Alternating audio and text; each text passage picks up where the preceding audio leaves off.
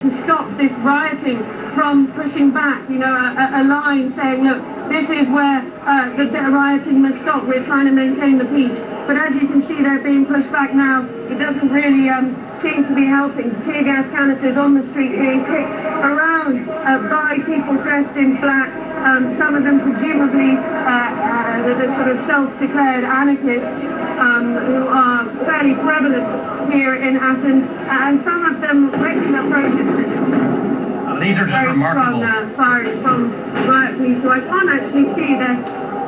Yeah, we're looking at your camera and seeing those riot police moving into the street. We saw some sort of a fire. Somebody threw something, looked maybe a Molotov cocktail. Diana, one of the things that we've been discussing here is that the Greek parliament has no choice. The government has acknowledged what it has to do and that it is difficult, and they are debating it. And by the end of tomorrow, expectations around the world and certainly markets is that the Greek parliament will come through with these austerity measures, tax hikes, the privatization, the tax increases, the wage cuts, the job cuts.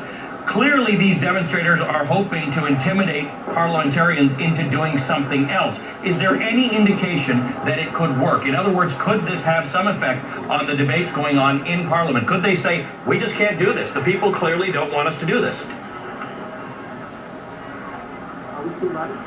Well, I think that it's fair to say that the people in that Parliament building are well aware of the strength of anger on the streets of Athens, whether it's from what they're seeing right now or from the sort of demonstrations, the scale of demonstrations they've seen in the past few days.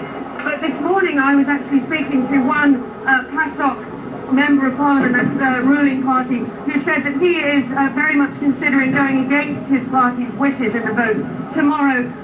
Precisely because he feels that the EU is trying to blackmail Greece and that there is far more room for negotiation here. He said, you know, there is no way, whatever Europe says, that they are going to forsake 350 billion euros worth of Greek debt for the sake of this 12 billion euro instalment. So however much Europe says, you know, this is your only option, you must vote it through.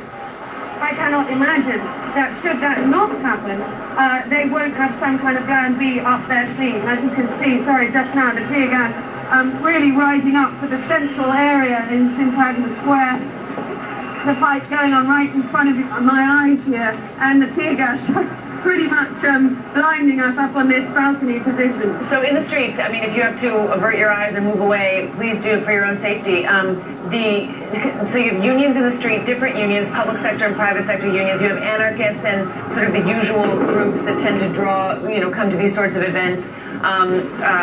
People who, you know, protest for the sake of protesting, but you have citizens who are also very concerned about what's happening.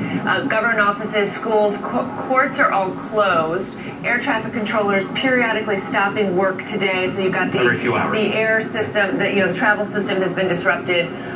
Teachers, hospitals are working on skeleton staffs, but there are doctors, nurses, and hospital crews who also are abiding by this 48-hour strike as well. So the country has come to a halt, essentially. And Diana said that it's too early to tell. From her vantage point, she's not seen any casualties, any injuries or deaths because of this.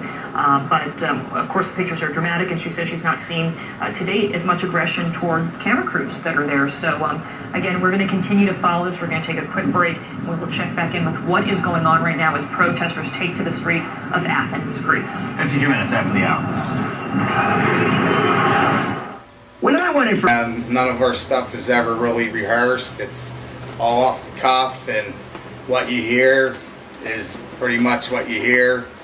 And see, the ideals we come up, you know, right there on the spot. So, and I usually pull out the magic pen and say good grace to God, and I hope He helps me through this song and to do the best, you know, because like I said, I've always looked up to the best, you know. You name them, you know, Mick Jagger, David Lee Roth, Steven Tyler, you know, just to go name a few. I love Jack Bruce's voice, you know, and so on and so on. And I just started developing with my guitar player, Mike Butler, and without him I probably wouldn't have been able to do it. And we've been growing and growing through the years, and I hope there's a lot more in me. Yeah, because I'm not dead yet, and that's about the the history of the making of the music to this point, and I guess the rest will be history.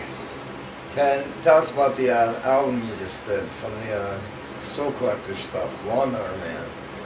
Well, Lawnmower Man, that came above, I went to Aussie Fest, and this was the version without Zach Wild, and he had Gus G. And at the beginning of the show, they had some opening acts, you know, and Rob Halford, he was a particular one, and